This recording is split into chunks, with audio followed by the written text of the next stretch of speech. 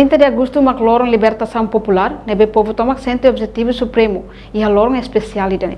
Liu Hus entrevista ao jornalista televisão Timor Post, segunda-feira semanane, e a metinaru secretário major general FFDTL, tenente general Falu Ratlai Kateting, 30 de agosto ne, lorong libertação nebe povo toma sente objetivo supremo.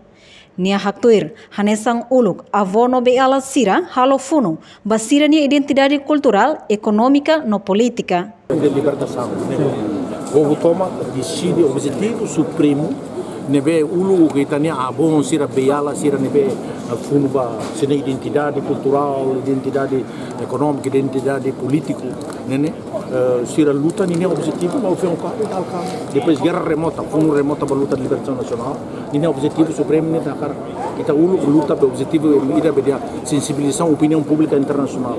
Atau opinião pública não foi pressão para tal referendo itu realiza nebe ita vitória bot nebe alcança ita é liberdade nela nebe label ema label traída né ema label fuori da né ema label alumisi da né tem que hamisi imigração, ok? Apelo jovem sira nebe continua criar conflito sai da matéria criar conflito né ita ina am kanur la dia ambaru tutti ina am tem kanur dia para hanur dia neste caso o governo tem que preparar condições saída para bel halo para sira halo ocupação ou sei que ami ao local halo abertura ainda para desporto escolar para o tudo né para halu tebe bola basquetebol batama ida taekwondo karate sirne ida arte marcial sirne batama tu atividade de esporte limos agora halu marcial implementa dia. Ok. Reportagem Nova e Magno Melania Conceição, televisão Timor Post.